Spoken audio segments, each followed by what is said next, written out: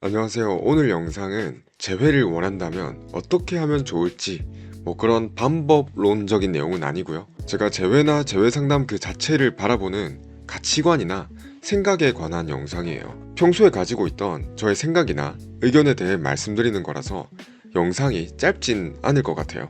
길 거예요. 그러니까 보다가 끌 것 같으면 차라리 지금부터 안 보셨으면 좋겠어요. 왜냐하면 애매하게 보면 오히려 제가 말씀드리고픈 내용이 다른 방향으로 오해만 살 수도 있어요. 그래서 혹시라도 시간이 안 되거나 긴 영상을 못 보실 것 같은 분이라면 그냥 뒤로 가기를 눌러주시면 좋겠습니다. 하지만 지금 이 영상을 볼 만큼의 시간이 있다면, 그리고 재회나 재회 상담에 관해서 나도 진지하게 한번 고찰을 해보고 싶은 분이라면 이 영상은 꼭 끝까지 봐주셨으면 좋겠어요. 어차피 이 영상에는 제 이런 얼굴만 계속 나올 거니까 그냥 이어폰을 꽂고 청소를 하시든 집안일을 하시든 아니면 산책 같은 거 하시면서 들으셔도 좋을 것 같아요. 자, 그럼 영상을 끝까지 보실 분들만 지금 제 목소리를 듣고 있다고 생각하고 재회와 재회 상담에 대해서 하나씩 제가 바라보는 관점, 가치관들에 대해서 이야기를 해보겠습니다. 재회상담에 대해서 여기저기 찾아보신 분이라면 재회상담은 사기다,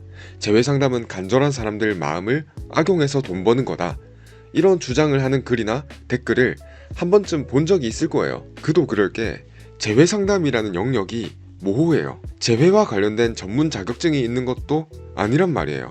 또 재회에 관한 영상을 얼핏 보면 헤어진 연인을 마법처럼 다시 가져다 붙여준다고 말하는 것처럼 느낄 수도 있어요. 그래서 비판적인 시선이 있는 건 어찌 보면 당연하다는 생각이 들기도 해요.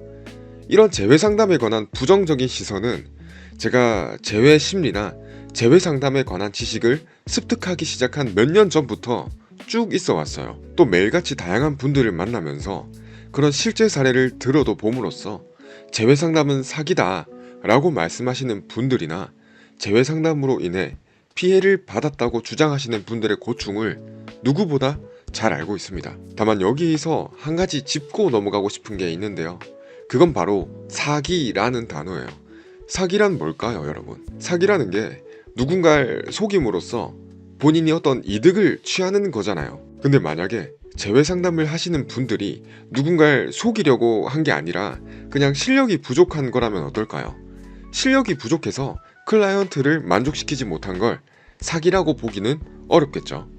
근데 유사 사기는 있다고 봐요. 예를 들면 돈만 내면 재회는 따놓은 당상인 양 생각하게끔 유도하는 경우라든지, 첫 상담 시간 대부분을 클라이언트의 이야기를 듣는데 다 써버리고 난 뒤에 또 추가 요금을 계속 청구하면서 클라이언트의 매몰 비용 심리를 활용해서 두 번, 세 번 추가 결제, 추가 상담을 유도한다든지, 뭔가 조언을 줄 것처럼 하더니 막상 상담을 받아보면 상담 시간 내내 그런 사람 왜 만나냐, 만나지 마라, 이런 얘기만 계속해서 반복한다든지, 사기라고 부르긴 애매하지만 어느 정도 기만했다고 볼 수 있을 만한 사례가 있긴 합니다. 지금도 많은 걸로 알아요. 그럼 이런 기만을 당하지 않으려면 어떻게 해야 될까? 그거에 대해서 한번 고민을 해본다면, 우리가 재회 상담사라는 공인된 자격증이 있고 그거를 보고 상담 신청을 하는 게 아니기 때문에 상담을 받고자 하는 분들이 잘 판단해봐야 하는 것도 있어요. 어느 정도 운도 따라줘야 되고요. 이렇게 하면 유사사기에 걸리지 않을 것이다 라고 말씀드릴 만한 뾰족한 해결 방법이 있진 않다는 거예요. 조금 무책임하게 들릴지도 모르겠지만요, 내가 누구에게 조언을 받느냐도 어느 정도 운도 따라줘야 되는 게 사실이긴 해요. 설령 상담사가 클라이언트를 기만하려는 목적이 있는 게 아니었다 하더라도 누군가에게는 되게 큰 도움이 됐던 상담사가 나한테는 전혀 도움이 안 될 수도 있기도 하니까요. 그래서 몇몇 분들은 심리 상담사에게 재회 상담을 받으면 되지 않나요? 라고 말씀하실 수도 있어요. 근데 심리 상담사라는 자격증이 많은 곳에서 발급하고 있긴 한데 돈 내면 다 딸 수 있는 그런 심리 자격증은 아예 배제하고 말씀드릴게요. 그런 건 지금 이 영상을 보고 계시는 분들이라도 몇 시간 투자하면 바로 딸 수 있는 거란 말이에요. 그러니까 그런 자격증이 아니라 상담 심리를 학문적으로, 실증적으로 깊이 공부했고 그 경험을 바탕으로 믿을 만한 학회의 심리 상담사 자격증을 가지신 분들에게 상담을 받는 게 어떻냐, 이거에 대해서 말씀드려 볼게요. 저 역시도 심리 상담을 계속 공부하고 있고 최근에는 박사학위까지도 염두에 두고 공부를 하고 있긴 하지만요, 임상 및 심리 상담에서 배우는 지식이랑 누군가의 재회를 도와주는 재회 상담에서 필요한 지식은 좀 다릅니다. 사람의 심리를 조금 더 깊이 들여다보고 상담 자체를 윤리적으로 하는 부분에 대해선 상담 심리학에서 배우는 내용들이 유의미하기는 해요. 하지만 상담 심리 학사든 석사든 이걸 공부해 보신 분들은 동의하실 텐데요, 심리 상담의 영역은 대체로 초단기간 내에 해결책을 뚝딱 제시하고 끝내는 그런 개념의 상담이 아니에요. 상담자와 클라이언트가 유대를 쌓고 그 유대를 기반으로 클라이언트의 내면, 감정을 탐색하고 그 감정을 내담자가 스스로 수용할 수 있게 옆에서 힘이 돼주고, 궁극적으로는 클라이언트가 스스로 성장하는 시간을 가질 수 있도록 그걸 돕는 게 대부분의 심리 상담의 목적이에요. 근데 이런 상담은 한두 번의 상담만으로는 안 돼요. 유대를 쌓는 것만으로도 수회 이상의 상담이 필요하니까요. 그래서 심리 상담은 평균적으로는 10회에서 20여 회기 정도 진행하는 경우가 많고, 길게는 40회, 50회 이렇게 진행하기도 한단 말이에요. 때문에 일반적으로 봤을 때 재회 상담과 심리 상담은 어찌 보면 목적도 다르고 과정도 다르다고 할 수 있다는 거죠. 똑같은 상담이란 단어를 포장지로 씌운다고 해서 그 알맹이까지 똑같은 상담이라 볼 수는 없다는 거죠. 또 그렇게 목적이 다르기 때문에 공부하는 영역이 달라요. 상담 심리는 심리치료 이론, 상담 사례 실습, 정신병리, 심리검사, 상담 윤리, 성격 심리학, 심리 통계, 뭐 이런 인간의 심리에 대해서 이해하고 그것을 바탕으로 개개인의 정서, 심리를 전문적으로 분석하고 내담자의 마음 깊이 있는 어떤 응어리들을 끄집어내고 그걸 함께 극복한다든지 성장해 나가든지 하는 그 스킬에 대해 배우는 게 중요해요. 반면에 이 재회 상담이라는 거는 인간에 대한 심리를 이해하는 것을 기반으로 하는 거는 심리 상담과 동일하지만 다른 점은 재회 상담에는 설득, 협상, 세일즈와 같이 누군가를 설득하는 스킬에 관한 영역을 공부해야 된다는 거예요. 사실 누군가가 재회 상담은 이러이러한 것을 공부해야 된다 라고 정의 내린 거는 아니지만 저의 생각은 그러해요. 왜냐하면 심리 상담은 제3자의 문제를 적극 해결해주기 위한 게 아니라 상담실을 찾아온 내담자가 가진 어떤 정서를 이해하고 함께 고민을 헤쳐 나가면서 내담자의 성장을 함께 도모하는 게 목적이라고 말씀을 드렸잖아요. 반면에 재회 상담은 상담사는 전혀 알지 못하는 제3자와 지금 나를 찾아온 클라이언트, 그 둘 사이의 문제를 적극적으로 해결해 주는 게 목적이라는 점에서 큰 차이가 있단 말이에요. 물건으로 비유하자면 더 이상 나라는 물건을 이용하고 싶지 않은 사람한테 나라는 물건을 갖고 싶게끔 다시 재구매하고 싶게끔 만드는 것을 도와주는 게 상담사의 목적이라는 거죠. 그렇기 때문에 재회 상담과 심리 상담은 인간 심리에 대한 이해가 필요하다는 건 동일하지만 궁극적으로는 추구하는 목적 그리고 그것을 해결하는 과정에서는 결이 많이 다르다는 거예요.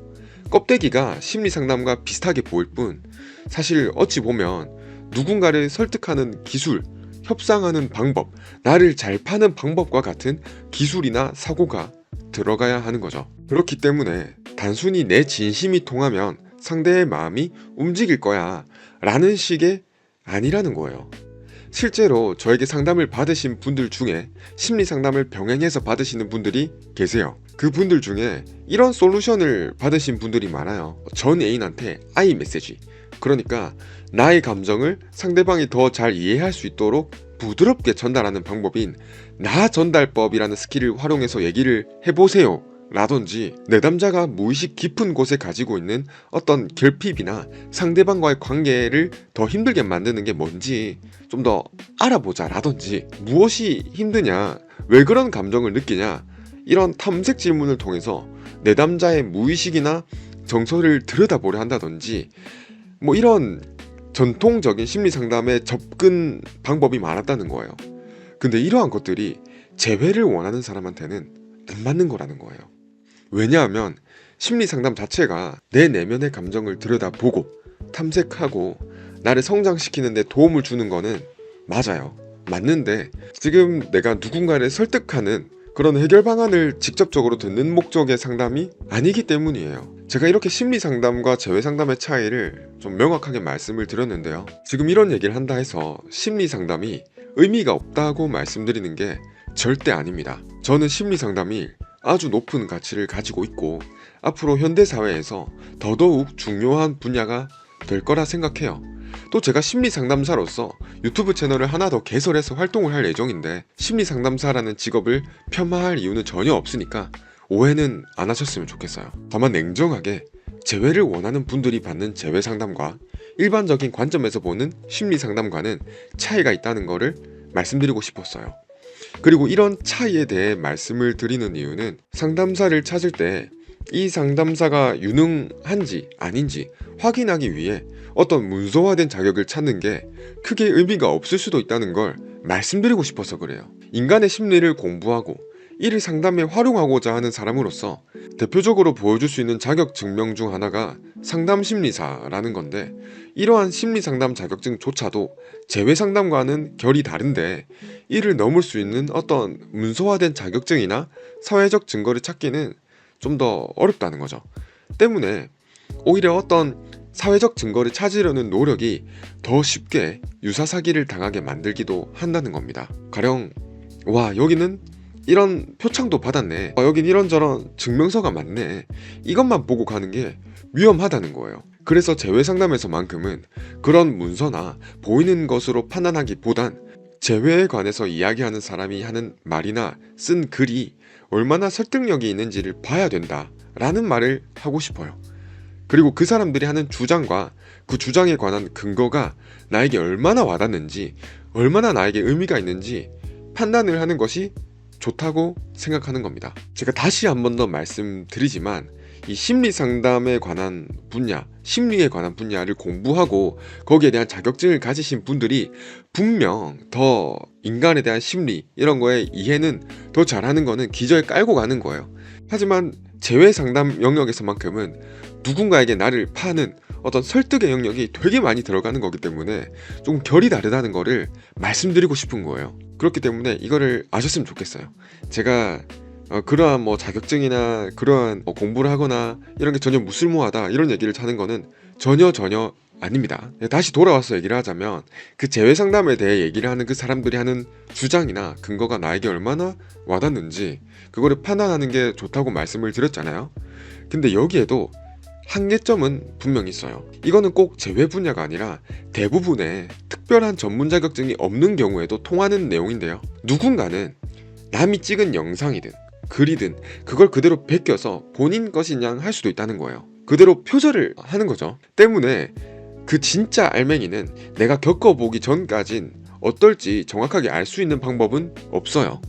본인에게 재회 상담을 받으면 잘 될 것처럼 한껏 기대를 심어줬다가 막상 돈 내고 상담 받아보니까 엉망일 수도 있는 거고, 누군가는 별로 도움이 되지 않았던 상담사라 하더라도 나에게는 그 상황에 딱딱 맞는 조언을 줄 수도 있는 거니까요. 그렇기 때문에 한 번 한 번 상담에 너무 비싼 돈을 지불하는 건 클라이언트 입장에서는 큰 리스크를 지기도 하는 거라 볼 수 있는 거죠. 그래서 저 같은 경우엔 고민하다가 이렇게 얼굴을 공개하고 시작한 거예요. 원래는 얼굴을 공개할 생각이 없었는데 내가 어떻게 하면 나의 진심을 최대한 보일 수 있을까, 이걸 고민하다가 큰 마음 먹고 내린 결정이에요. 얼굴을 공개하는 게 왜 큰 결정이냐 생각하실 수도 있는데요.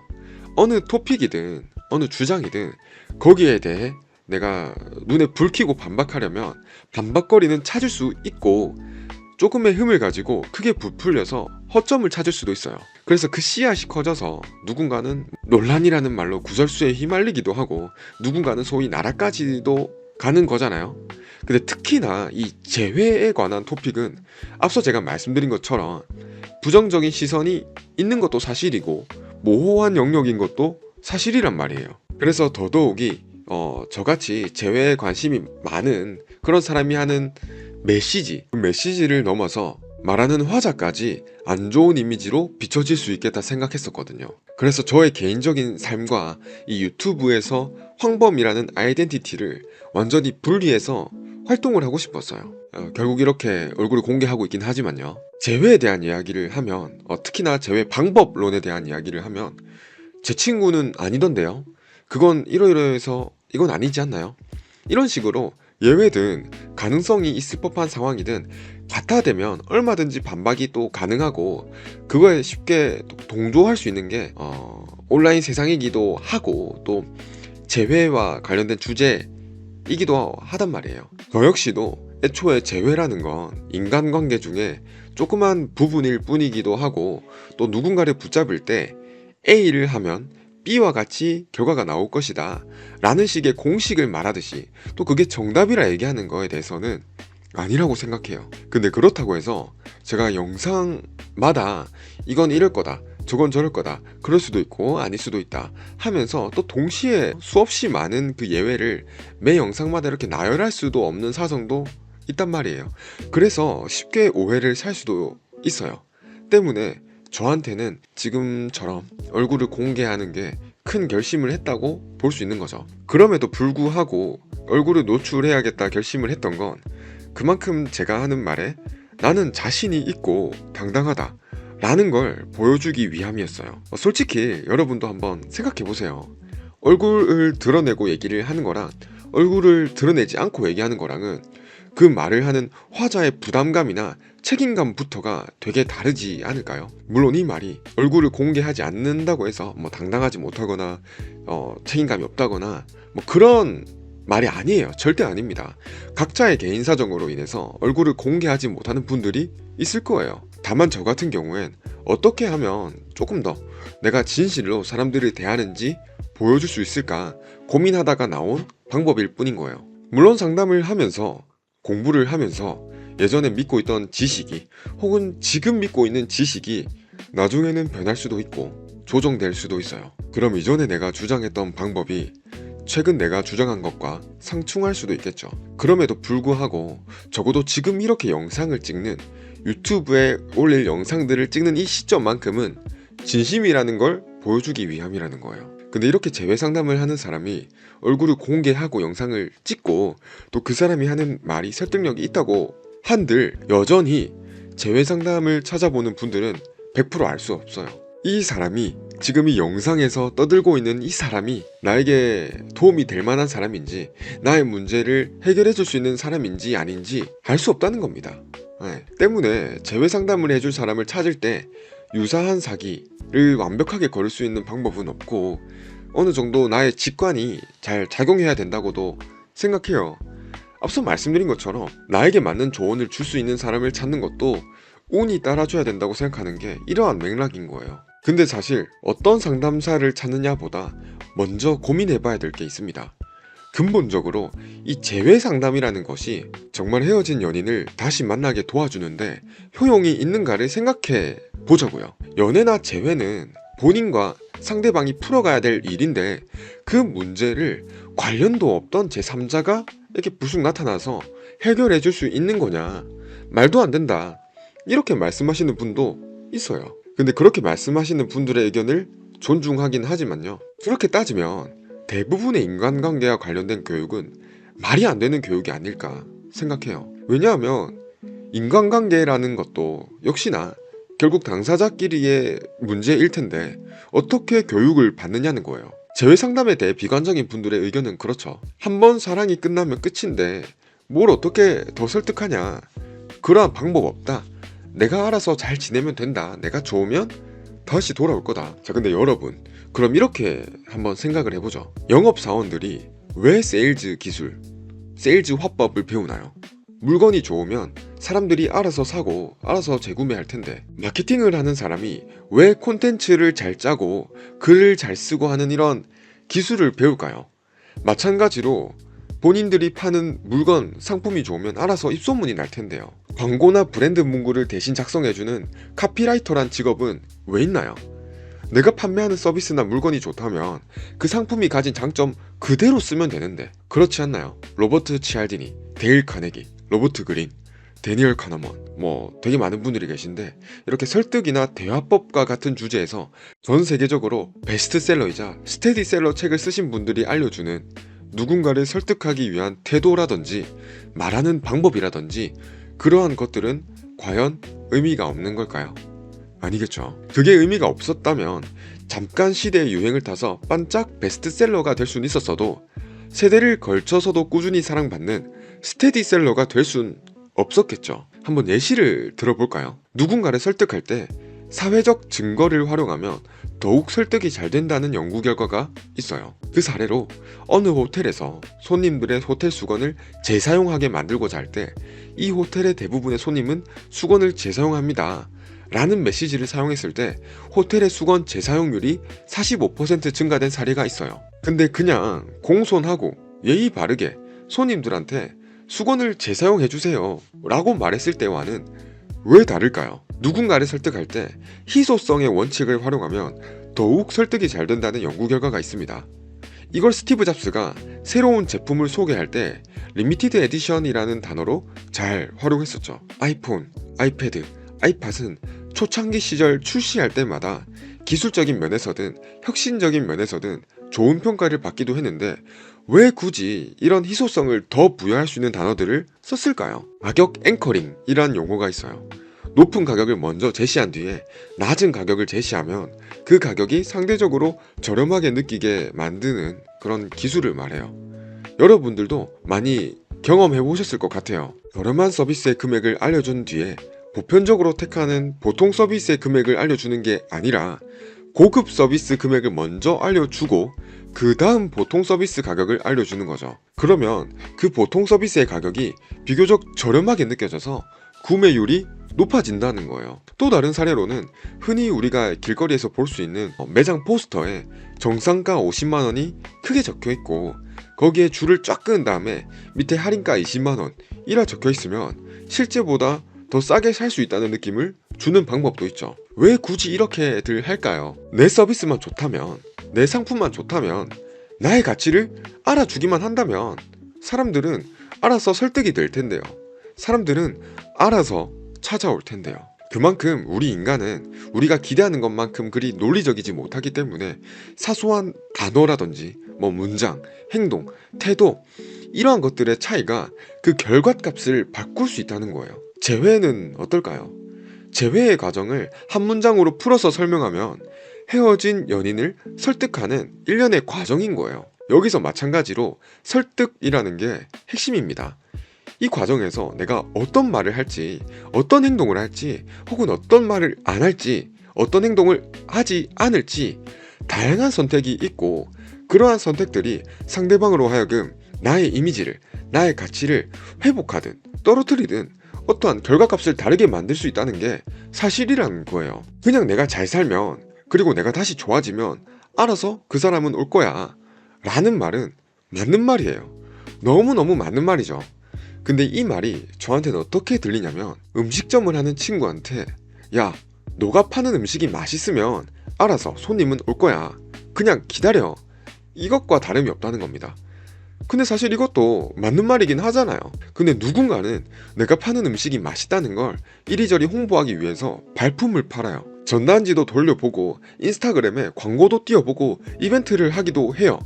물론 돈만 날리고 아무런 효용이 없을 수도 있고 어떤 손님은 저 집 가격 이벤트를 하는 거 보니까 장사가 안 되나 보다, 장사 안 되는 거 보니 맛이 없나 보다 이렇게 생각할 수도 있겠죠. 재회 역시 내가 상대방한테 접근함으로써 오히려 내 가치만 깎아 먹을 수도 있겠죠. 지금 당장 나에 대한 감정 자체가 부정적이라서 거기에 내가 더 기름만 붓는 그런 모양새가 될 수도 있단 말이에요. 근데 그냥 내가 잘 살면 그리고 내가 다시 좋아지면 알아서 올 거다라는 말은 근본적으로는 맞는 말이긴 하지만 내 식당의 음식이 맛있으면 손님은 알아서 찾아올 거다라는 것처럼 많은 부분을 오로지 운에만 기대고 있다는 것도 사실이에요. 물론 이렇게 말한다고 해서 헤어지고 나서 무조건적으로 어떤 액션을 취해야 된다 라고 말씀드리는 건 절대 아닙니다. 아무런 연락도 취하지 않고 그냥 가만히 있는 게 그 어떤 선택지보단 더 나은 경우도 많아요. 제가 이렇게 말씀드려도 재회에 관한 방법론이든 뭐든 의미도 없고 사기다 라고 생각하시는 분이 계시다면 존중하기는 해요. 근데 저 역시도 재회든 인간관계에서든 정답을 알려주겠다는 식의 접근을 하는 건 웬만하면 기만일 거라고 생각을 하기는 해요. 근데 어떻게 하면 상대방을 제외하는 방향으로 설득할 수 있을까에 대해서 함께 고민하고 더 나은 대안을 찾는 상담은 상당히 유의미한 시간이 될 거라고 생각합니다. 저는 제외 상담이라는 것이 나에게 도움이 될지 안 될지는 내가 제외 상담을 받는 목적이 무엇인가에 따라서 다르다고도 말씀드리고 싶어요. 아니, 제외 상담을 받는 목적이 당연히 제외하고 싶어서가 아닌가요? 라고 말씀하실 수도 있을 텐데요. 물론 상담을 원하는 90%의 분들은 제외하고 싶어서 상담을 받는 게 맞습니다. 근데 제가 사람들을 만나면서 느낀 건 제외 상담을 받는 목적이 대부분 궁극적으로는 제외를 원하는 건 동일하지만 1차적인 목적은 각기 다를 수 있다는 거예요. 이 1차적인 목적이라는 건 상담을 통해서 이것만이라도 해소가 된다면 이 상담은 나에게 효용이 있다고 생각할 만한 목적을 말하는 거예요. 상담을 받으시려는 분들의 이런 1차적인 목적을 총 3가지 케이스로 나눌 수가 있는데요. 첫 번째로는 제외 상담을 받았기 때문에 무조건 제외가 되어야 된다 라고 생각하고 상담을 신청하시는 분들이에요. 상담을 받기만 하면 제외가 될 거라는 기대를 가지고 있는 거죠. 두 번째 케이스는 친구들에게 조언도 구해보고 나 혼자서 고민도 해봤으나 잘 모르겠다. 객관적인 시선에서 조리 있게 말해줄 누군가가 필요하다 라고 생각하고 상담을 신청하는 분들이에요. 이 경우는 제외에 대한 방향성을 잡아보고 싶다고 생각하는 분들인 거죠. 세 번째 케이스는 지금 내가 취할 수 있는 여러 선택지들을 뽑아서 비교해보고 싶다 생각하시는 분들이에요. 이 경우엔 여러 군데 상담을 받아보는 거죠. 물론 이전 상담이 마음에 안 들어서 계속 받고 또 받고 하는 경우도 있지만 여러 선택지를 비교해서 최선의 선택을 해보자 라는 마음에 여러 곳에서 상담을 받는 경우도 있습니다. 대부분 상담을 신청하는 1차적인 목적이 이 3가지 중 하나예요. 이걸 조금 더 구체적으로 얘기해 볼게요. 첫 번째 경우인 무조건 제외가 되어야 된다 라는 마음으로 제외 상담을 신청하는 경우는 어떨까요? 제외 상담을 받기만 하면 제외는 얼마든지 가능할 거란 생각을 하시는 거예요. 그렇기 때문에 다시 만날 수만 있다면 뭐 수십만 원이든 수백만 원이든 내가 쓸 수 있다 이겁니다. 근데 만약 그렇게 내가 돈도 쓰고 에너지도 썼는데 제외가 안 되면 어떨까요? 돈도 잃고 감정 소모는 감정 소모대로 하고 기대가 너무 컸기 때문에 그 기대에 대한 좌절감도 더 큽니다. 거기에 나아가서 이성을 잃고 이제는 앞뒤 재지 않고 상대방에게 돌진하기도 한다는 거죠. 그러고 난 뒤에 자괴감을 크게 느끼죠. 그래서 저 같은 경우엔 설령 제가 봤을 때 이건 제외가 안 되기가 더 어렵겠다 싶은 경우라면은 일부러 기대를 죽이기도 해요. 안 될 경우도 꼭 생각해야 된다고 말씀드리기도 하는 거죠. 왜냐하면 인간관계는 100% 예측 가능한 시스템이 아니거든요. 기대가 너무 크면 제외가 안 됐을 때의 그 좌절감, 절망감 역시 그 이상으로 클 거를 알기 때문에 조금은 냉정하게 말하고픈 마음이 있는 거예요. 제가 제공하는 상담 서비스에 대한 자신이 없어서가 아니에요. 제가 봤을 때 다시 만나는 건 충분히 가능해 보이더라도 단 1%라도 안 될 수 있는 확률은 늘 있는 거기 때문에 그것까지도 저는 항상 고려해야 된다고 생각하기 때문이에요. 그래서 이 제외 상담이란 서비스를 구매하실 땐 이걸 잘 판단하셨으면 좋겠어요. 그들이 가진 지식이나 처세술을 바탕으로 한 조언을 내가 사고 싶은 것인지 아니면 그들이 제시하는 희망을 사고 싶은 건지요. 다음으로 상담의 목적을 어디에 두느냐의 두 번째 케이스는 뭐라고 했죠? 두 번째 케이스는 내가 이리저리 고민해봤지만 객관적인 시선에서 조리 있게 말해줄 누군가가 필요하다 라고 생각하고 상담을 신청하는 케이스예요. 한마디로 제외에 대한 방향성을 잡아보고 싶다고 생각하는 분들인 겁니다. 이 목적을 가지고 상담을 받으신다면 상담을 해주는 사람이 그 클라이언트의 연애나 제외에 맞는 조언을 얼마나 잘해주느냐에 따라서 상담의 만족감이 다를 거예요. 그러니까 당장 제외가 됐다 안 됐다를 떠나서 내가 혼자 머리 싸매고 고민하고 있는 부분에 대해서 함께 고민해주고 적절한 합리적인 납득이 가능한 그런 방향에 대한 조언을 누군가에게 받는 것만으로도 위로도 되고 만족도 된다는 거예요. 그렇기 때문에 상담자가 해주는 얘기가 얼마나 나에게 납득이 되고 설득이 되고 이해가 되는지, 그리고 납득이 돼서 상담자가 제시한 어떤 행동을 했는데도 안 됐을 땐 나도 정말 최선을 다했다고 생각할 수 있기 때문에 그 자체로 만족할 수 있다고도 본다는 거죠. 다음으로 상담의 목적을 어디에 두느냐, 세 번째 케이스는 지금 내가 취할 수 있는 여러 선택지들을 뽑아서 비교해보고 싶다, 이렇게 생각하시는 분들이라고 말씀을 드렸습니다. 이 경우엔 소위 정답이 없다고 하는 인간관계, 사람의 마음에 대한 각자의 조언과 의견을 가지고 비교를 해보는 거기 때문에 오히려 머리 아플 수가 있어요. 뭐 이것도 맞는 말 같고 저것도 맞는 말 같고 잘 모르겠을 수도 있단 말이에요.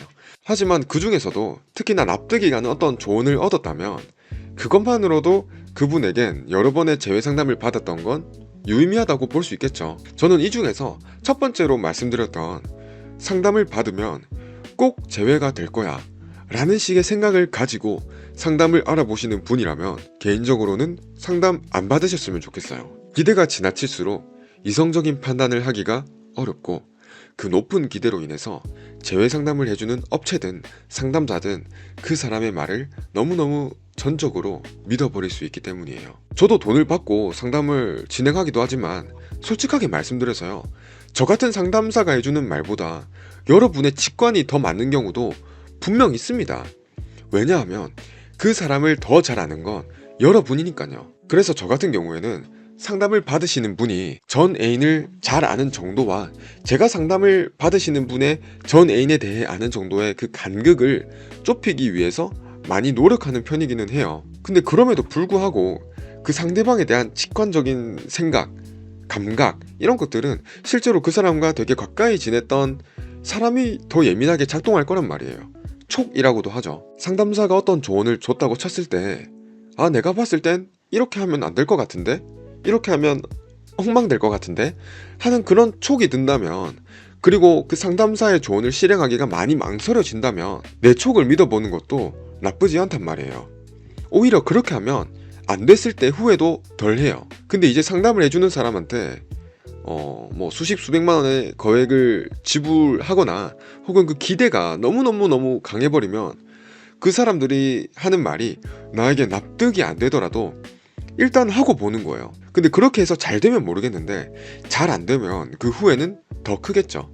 그래서 저의 개인적인 의견으로는요, 재회 상담사에게 기대할 건 압도적으로 높은 재회 확률을 만들어주는 어떤 그들만이 아는 특별한 비법, 비기 이런 게 아니라 재회의 관점에서 지금 내 상황에서 어떤 방향을 잡고 가면 좋을지, 지금 내가 처한 상황에서 최선의 선택은 무엇인지를 파악하는 거고, 상담사가 말하는 그렇게 해야 되는 이유가 납득이 된다면 실제 액션까지 취해 보는 거예요. 이게 1차적으로 재회 상담에서 기대하면 좋을 거라고 보고요. 2차적으로는 자기계발 측면에서 내가 어떤 부분이 부족했을지 혹은 어떤 부분은 난 또 잘했을지 이러한 것들을 제3자의 눈으로 한번 객관적으로 들어볼 수 있다는 것이 재회 상담에서 부수적으로 기대할 만한 포인트가 아닐까, 이렇게 생각을 해요. 너무 당연한 말이지만 이미 발생한 일은 되돌릴 수 없다라는 걸 재회를 고민할 때 꼭 생각해 봐야 돼요. 내가 100번 잘못했어도 한 번 바람을 피면 그것만으로도 당장 헤어질 수가 있어요. 그쵸? 반면에 나의 잘못이 아무리 사소한 거라도 그게 100번 반복되면 그냥 그걸로 헤어질 수가 있어요. 그쵸? 이 두 가지 케이스의 공통점은 내가 뱉은 말, 내가 쏟은 물은 주워 담을 수 없듯이 그 당시에 있었던 사건 자체는 없는 셈 칠 수가 없다는 거예요. 바람을 핀 경우에 재회가 되는 케이스도 분명 있습니다. 술 먹고 여자친구에게 쌍욕하고 손찌검해도 다시 만나는 경우도 있어요. 하지만 제가 말씀드리고 싶은 게 뭐냐면, 그렇게 최악이라고 볼 수 있는 행동을 했기 때문에 이미 내가 재회를 할 수 있는 최대 확률은 다른 경우에 비해 압도적으로 낮다는 거예요. 예를 들어서 신체적으로, 유전적으로 타고난 키가 아무리 노력해도 최대 170cm까지 못 크는 사람이 있다고 생각했을 때 그 사람이 180cm가 되는 방법은 수술이 아닌 이상 없어요. 다만 식습관이든 뭐 생활습관이든 운동이든 다방면으로 노력하면 최대 170cm까지는 될 수 있다는 겁니다.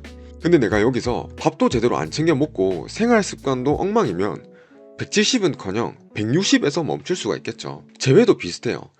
그 누구도 정확하게 책정하지는 못하겠지만 모든 운적인 요소를 다 포함하더라도 저는 이 헤어진 사람들의 최대 재회 확률은 상대방이 이별을 말한 그 시기부터 이미 정해져 있을 거라고 봐요. 이거는 어떤 우주의 섭리처럼 헤어진 시점에 재회 확률의 최대치가 정해져 있을 거라고 생각을 한다는 거죠. 그렇기 때문에 그 최대 확률이라도 달성할 수 있는 그 노력을 해보자는 것이 이 재회 상담이라는 거예요. 물론 애초에 재회가 가능할지 불가능할지 100% 장담할 순 없긴 하지만 그 불가능을 가능으로 만드는 것이 재회 상담이 아니라는 거예요. 그렇기 때문에 제가 영상에서 자주 말씀드리는 게 뭐냐면 지금 상황에서 최선의 방법이 무엇일지 찾는 게 중요한 거지, 지금 내가 처한 상황을 딱지 뒤집듯이 완벽하게 반전시킬 수 있는 요술 같은 방법을 찾는 게 아니라는 거예요. 그 요술 같은 방법이 없을까 여기저기 기웃거리기도 하다가 그 간절함에 잘못된 선택을 할 수도 있고, 그러한 간절함에 기인한 지나치게 희망적이고 소망적인 기대는 내 멘탈을 더 흔들 테니까요. 여러분, 복잡계, 단순계라는 말을 들어보셨나요? 이 단어들은 과학계에서 나온 용어예요. 전통적인 과학 이론들은 물이 100도가 되면 끓는다든지 하는 주로 예측 가능한 시스템들이었어요. 이런 시스템을 단순계라고 볼 수 있어요. 근데 과학이 점점 발달할수록 단순히 인과관계를 설명하기 어려운 복잡계의 영역이 드러나기 시작해요. 그 복잡계에서는 어떤 사건 하나를 단순히 한두 가지 원인과 결과만으로 해석할 수가 없다는 겁니다. 그렇다면 인간관계는 단순계일까요? 복잡계일까요? 쉽죠. 대표적인 복잡계예요. 인간관계의 장기적인 결과를 예측하는 것은 불가능합니다. 그 누구도 할 수가 없어요. 왜냐하면 인간관계에선 작은 변화가 결과적으로는 큰 영향을 미칠 수가 있기 때문이에요. 다만 그 작은 변화라는 걸 그 누구도 예상하지 못한다는 거죠. 예를 들면 나에게 헤어짐을 고한 사람이 내가 뱉은 특정 단어에 꽂혀서 정이 떨어져 버렸을 수도 있는 거고, 남들이 봤을 땐 별거 아닌 말이라 해도 그 사람의 성향상 어떤 부분에서 핀트가 확 나갈 수도 있는 거예요. 더구나 나는 기억하지도 못하고 있는 당사자 둘만의 어떤 대화라든지 맥락이라든지 그 분위기를 상대방만 기억하고 있을지도 모를 일이고요. 혹은 헤어지고 나서 상대방이 존경하는 친한 형이 친한 언니가 상대방한테 잘 헤어졌다 라고 말한 그 한마디만으로 여러분에게 남은 미련까지 다 털어냈을지도 모를 일이죠. 이처럼 외부 환경에 의한 자극이라든지 각자가 가지고 있는 고유한 외향성, 내향성, 트라우마, 자존감, 결핍, 신념, 가치관 등등 이 다양한 요인에 의해서 그 사람의 마음이 변할 수도 있고 굳혀질 수도 있는 거기 때문에 그 누구도 상대방이 앞으로 결정지을 미래를 100% 정확하게 알 수는 없다는 거예요. 본인조차도 확신할 수 없어요. 그래서 제가 생각하는 재회 상담을 잘한다의 기준은 그 개개인이 가진 특수성과 당사자들 간에 있었던 맥락을 최대한 잘 파악하고 그에 맞는 해결 방안이나 조언을 주는 능력이 좋냐 안 좋냐 라고 판단할 수 있다고 봐요. 왜냐하면 재회 상담이라는 게 헤어진 두 사람을 데리고 와서 상담을 하는 게 아니라 그 둘 중 한 사람만의 이야기를 듣고 내가 조언을 드리는 것이기 때문이니까요. 여기에 저는 댓글로 조언을 못 드리는 이유가 있는 거예요. 최근 영상이든 옛날 영상이든 감사하게도 댓글로 질문들을 많이 해주세요. 하지만 그 A4 용지의 반의 반도 안 되는 내용을 가지고 제가 이건 이럴 거다, 저건 저렇다 말씀드리기가 몹시 조심스러울 수밖에 없어요. 정보가 부족하니까요. 근데 그렇게 정보가 부족한 상황에서 어떻게든 도움을 주려고 댓글을 달면 어떻게 될까요? 물론 운이 좋아서 제가 유추한 맥락이 맞다면 그 조언이 도움이 될 수도 있겠지만, 반대로 저는 알지 못하는 다른 맥락으로 인해서 댓글을 단 사람 입장에선 납득이 안 될 수도 있고 제가 드린 말을 다른 의미로 받아들이실 수도 있는 거고 궁극적으로는 전혀 도움이 안 될 수도 있어요. 그래서 조언을 구하시는 분들에게는 저를 좀 좋게 보셨다는 그런 생각이라서 감사한 마음도 있지만, 한편으로는 거기에 대한 댓글을 덥석 달아드리지 못하는데 이유가 있다는 걸 조금 이해해 주셨으면 하는 바람도 있어요. 질적으로든 양적으로든 충분치 못한 질문에는 당연히 충분치 못한 답변이 나올 가능성이 더 높으니까요. 어쨌든 다시 돌아와서 이 인간관계라는 거는 그 중에서도 연인관계는 얼마나 복잡계의 영역인지를 우리가 이해한다면 이별을 받아들이는 것도 비교적 덜 어려울 거예요. 거액을 지불하고 재회 상담을 받기만 한다면 내 문제는 뚝딱 해결될 거라는 그런 비현실적인 기대를 안 할 수도 있는 거고요. 그럼 재회 자체를 포기해야 될까요? 그냥 물 떠놓고 기도만 해야 될까요? 그건 아니에요. 인간관계 말고도 다른 복잡계의 영역은 어떤 게 있을까요? 부동산 투자, 주식 투자, 코인 투자, 대표적인 복잡계의 영역들이 있죠. 근데 어떤 날은 주식을 처음 해본 사람이 10년간 주식만 한 사람보다 높은 수익률을 달성할 수도 있어요. 그럼 이건 오로지 운빨 게임인 걸까요? 아니죠. 운의 영역, 복잡계의 영역이라고 해서 주식 트레이너가 운빨로만 주식을 하는 건 아니에요. 여러 가지 지표를 보고 그중 수익을 낼 수 있는 가장 높은 확률에 베팅하는 거예요. 즉 내가 어떤 행동을 할 것인지 방향성을 잡고 그를 기반으로 액션 플랜을 짜는 거지, 이렇게 하면 저렇게 될 거야 라는 식의 공식을 그대로 대입하는 건 아니라는 겁니다. 부동산 투자도 마찬가지예요. 경제 상황, 인구 변화, 취업 시장, 다양한 요인에 의해서 가격이 바뀌는 복잡계예요. 그렇다고 해서 부동산 투자하시는 분들이 지도 펼쳐두고 거기에 다트 던져서 맞춘 곳에 투자하는 건 아니라는 거예요. 100% 적중하는 공식은 없을 뿐이지 내가 어떤 행동을 할지까진 전문가들은 본인 나름대로의 방향성은 있다는 거죠. 그렇기 때문에 재회에 대한 방법을 찾아볼 때도 내가 모르는 특별한 비법이 있겠지, 정답, 공식이 있겠지, 이렇게까지 딥하게 생각할 필요는 없어요. 그렇다고 해서 무조건 운에만 맡기는 것도 올 수도 있었을지도 모를 기회를 날려버리는 게 될 수 있는 거예요. 때문에 내가 어떤 행동을 할지, 어떤 말을 할지, 어떻게 접근할지 방향성을 파악하고 나와 상대한테 맞는 적절한 처세를 하는 것이 비록 복잡계의 영역이더라도 연애나 재회뿐만 아니라 인간관계에서 내가 원하는 걸 취할 수 있는 확률을 조금이라도 더 올릴 수 있다는 건 사실이란 거죠. 이러한 관점에서 재회 상담은 여러분의 문제를 뚝딱 해결해주고 떠난 사람 질질 끄고 와서 붙여주는 그런 인간관계 만병통치약 같은 상담이 아니에요. 나 싫다고 한 사람은 본인 인생에서 끝까지 나를 싫어할 수도 있는 거예요. 그런 사람한텐 어떤 방법도 먹히지 않을 가능성이 되게 높겠죠. 아까 물건 파는 세일즈를 제가 예시로 든 게 있는데, 아무리 내가 안마의자를 잘 파는 그런 세일즈 문구를 짜거나 세일즈 기술을 쓰더라도 본인에게 전혀 지금 안마의자가 필요가 없는 사람이라면 그 이야기들이 약간 혹할지라도 사지는 않을 거란 거죠. 혹은 안마의자를 구매할 여력이 없는 학생이라면 영업사원의 화려한 말빨과 기술에 넘어갔다 하더라도 현실적으로 구매를 못할 수도 있는 거고요. 그래서 인간관계에서, 그 중에서도 이 재회에서 정답을 구하려 하는 순간부터 나 스스로 고통스러워지는 지름길이라고 봐요. 더구나 앞서 말씀드린 것처럼 외향성, 내향성, 트라우마, 자존감, 결핍, 신념, 가치관 등등 상대방의 개성을 정확히 알기 위해선 상대방과 깊은 상담을 해봐야 할 문제이지, 여러분하고 상담자하고 둘이서 얘기한다 해가지고 진단 내리듯이 안정 지을 수는 없다는 거예요. 그래서 솔직하게 말씀드리자면 저는 이별 후에 재회를 하고 싶은데 뜻대로 되지 않아 힘들어 하시는 분들한테는 이런 마음가짐을 가지셨으면 좋겠다고 말씀드리고 싶어요. 내가 해볼 수 있는 만큼 딱 해보고 안 되면 인연이 아님을 받아들이자. 인연이 되면 볼 수 있을 거고 아니면 다른 인연이 있을 것이다 라고요. 지금까지 제가 가지고 있는 재회에 대한 생각, 거창하게 말하자면 가치관에 대해서 말씀을 드려봤는데, 이런 이야기를 제가 왜 하고 있을까요? 지금 이 영상을 보고 계시는 누군가는 지 이미지 챙기려고 한다, 이렇게 말씀을 하실 수도 있을 텐데요. 이에 대해서 제가 여러분한테 꼭 드리고 싶은 말씀이 있어요. 그게 뭐냐면 맞다는 거예요. 맞아요.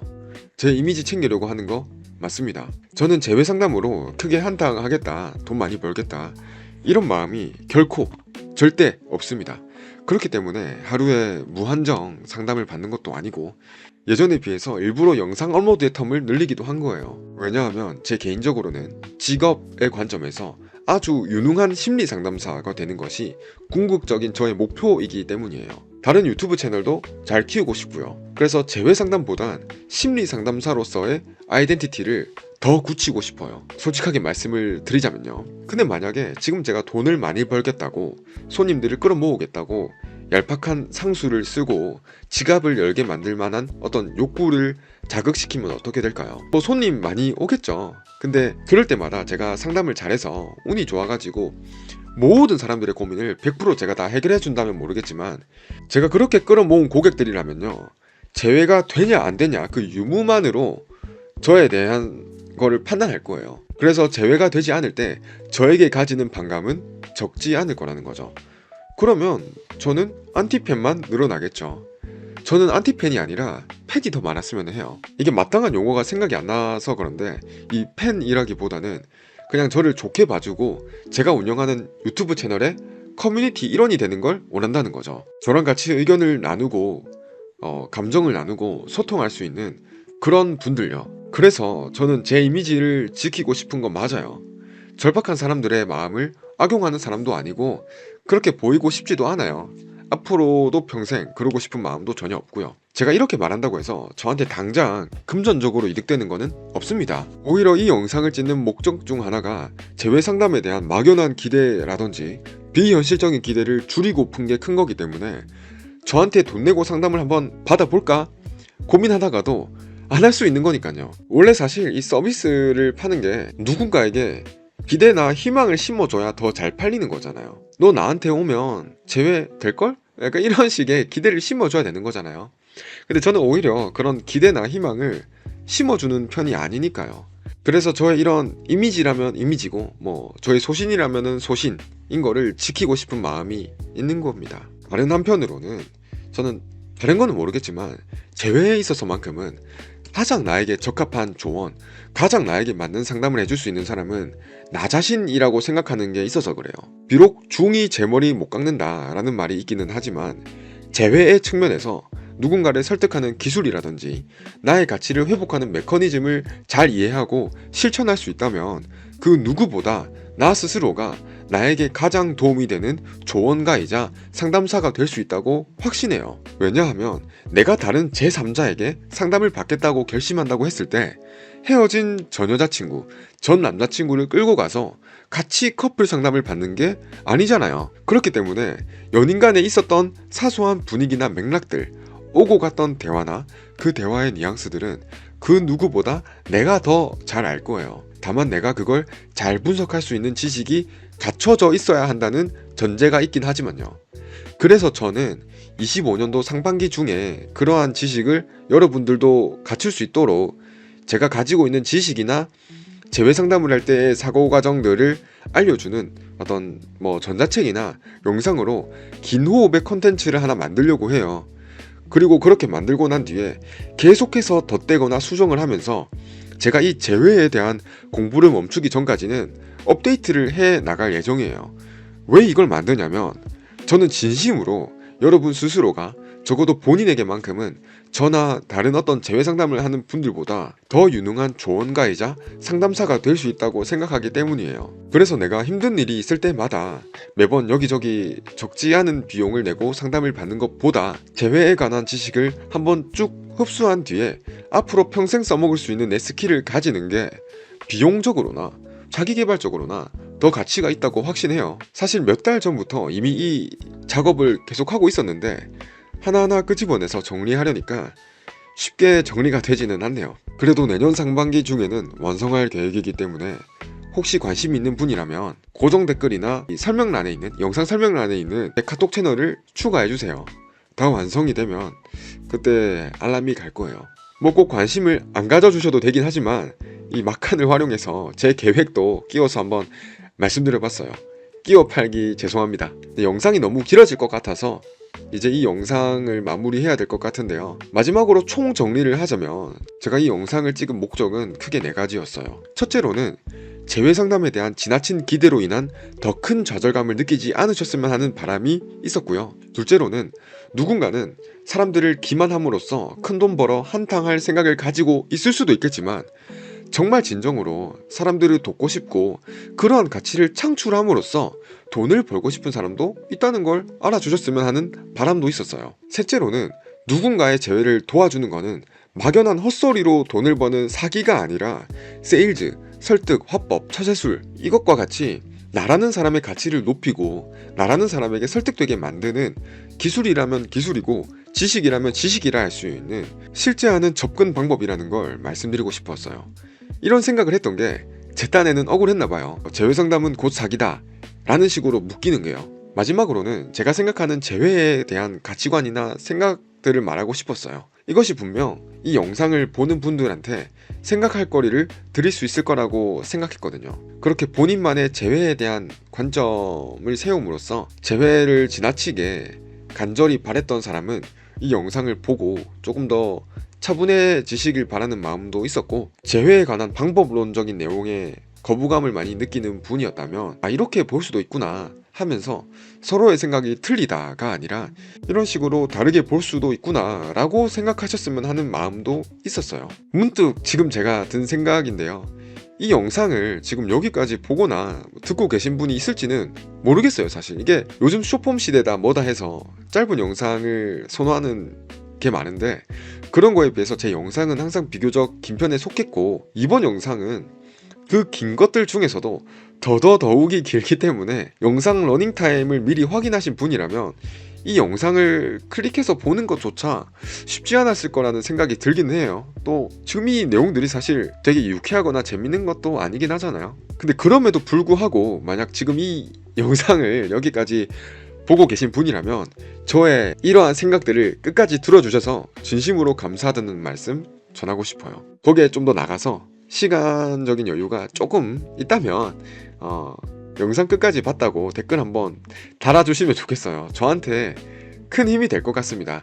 그 보답으로 제 정성이 가득 담긴 따봉을 하나 드리겠습니다. 여러분의 얼굴을 지금 제가 볼 순 없지만 약간의 미소를 지으면서 제 목소리를 듣고 계셨으면 합니다.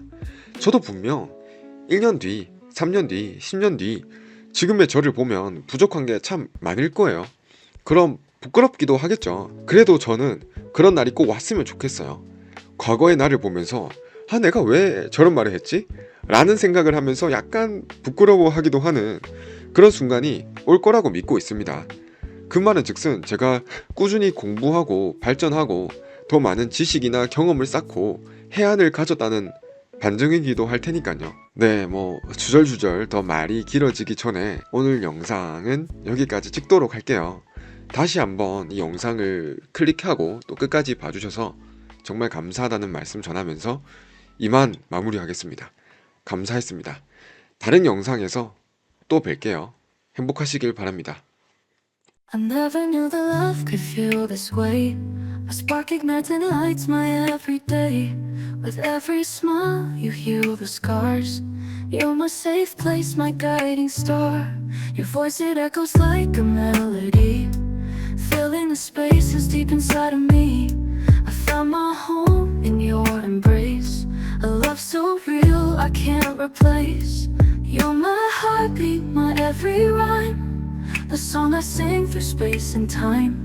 With every moment I fall deeper still. You're the dream I never knew was real. You're my forever, my only one, a love that shines brighter than the sun.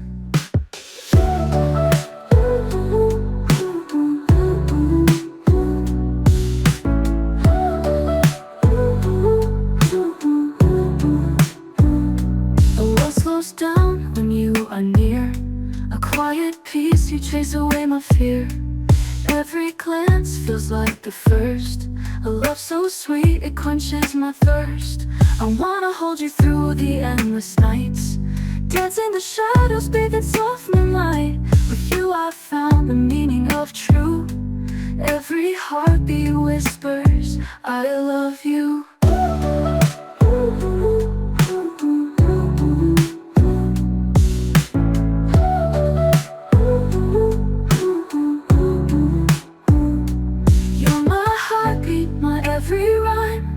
The song I sing through space and time. With every moment I fall deeper still.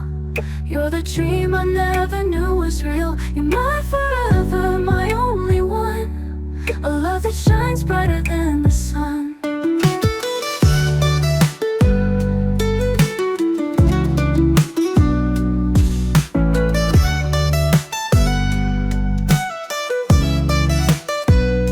The world slows down when you are near, a quiet peace, you chase away my fear. Every glance feels like the first, a love so sweet it quenches my thirst. I wanna hold you through the endless nights, dance in the shadows, bathe in soft moonlight. With you I found the